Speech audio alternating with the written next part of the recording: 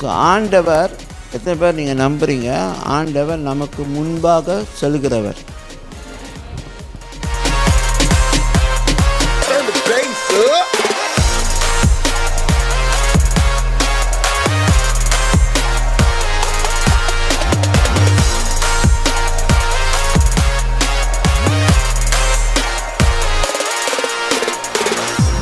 Okay, சங்கீதம் 68.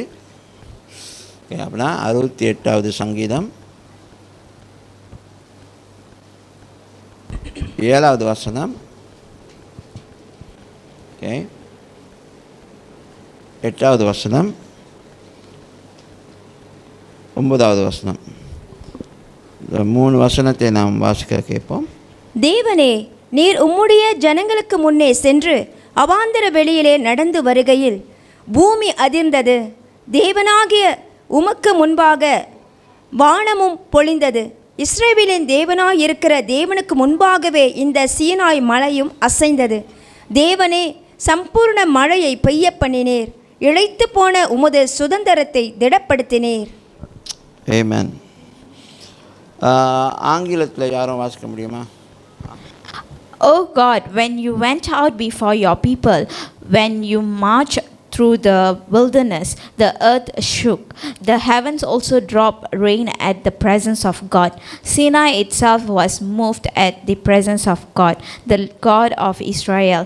You, O God, sent a plentiful rain, whereby you confirm your inheritance when it was weary.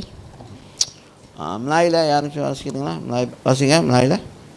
Ya Allah, ketika engkau maju berperang di depan umatmu, ketika engkau melangkah di padang belantara, bergoncanglah bumi, bahkan langit mencurahkan hujan di hadapan Allah. Sinai bergoyang di hadapan Allah, Allah Israel. Hujan yang melimpah engkau siramkan. Ya Allah, engkau memuliakan tanah milikmu yang gersang. Okay. So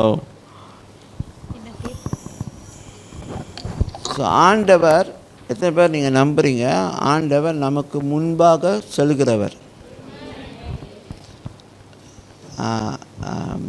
அது occasionally இல்லை. பழைய ஏற்பாடில் occasionally ஆண்டவர் மக்களோட முன்னேறுவார். அப்படின்னா சில நேரத்தில் சொல்லுவார், நான் முன்னுக்கு போகிறேன், ஓகே, நீங்கள் என்னை பின்பற்றி வாங்க அப்படின்னு. ஆனால் இன்றைக்கி அவர் நம்மளோட பயணம் செய்கிறார். இதை கேளுங்க. இன்றைக்கி அவங்க நம்மளோட பயணம் செய்கிறாங்க. இதை கொஞ்சம் உங்களுக்கு காமிக்கிறேன். ஓகே,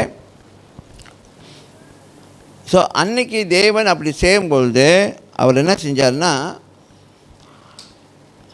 அவர் முன்னுக்கு நடந்து போகும்போது காரியம் நடக்க ஆரம்பிச்சு. மழை குலுங்கினது, வானம் மழையை பெய்ய வச்சுது. உங்களுக்கு நான் என்ன சொல்ல வரேன்னா, நம் தேவன் சர்வ வல்லவர்.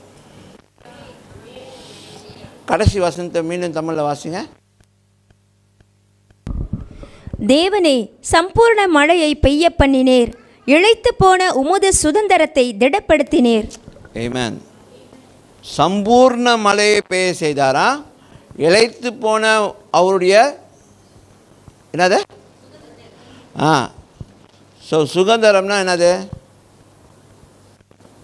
தமிழில் சொல்லுங்கள். சுதந்திரம்னா என்னது?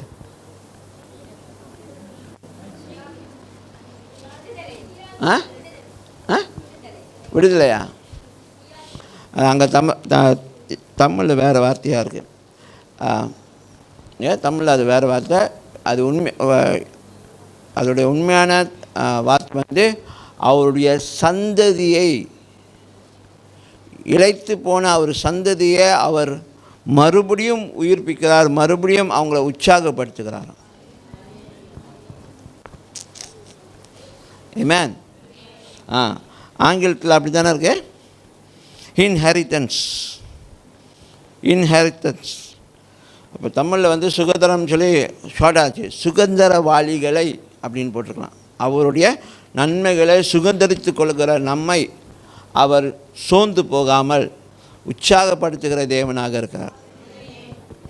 Amen. So அதனால்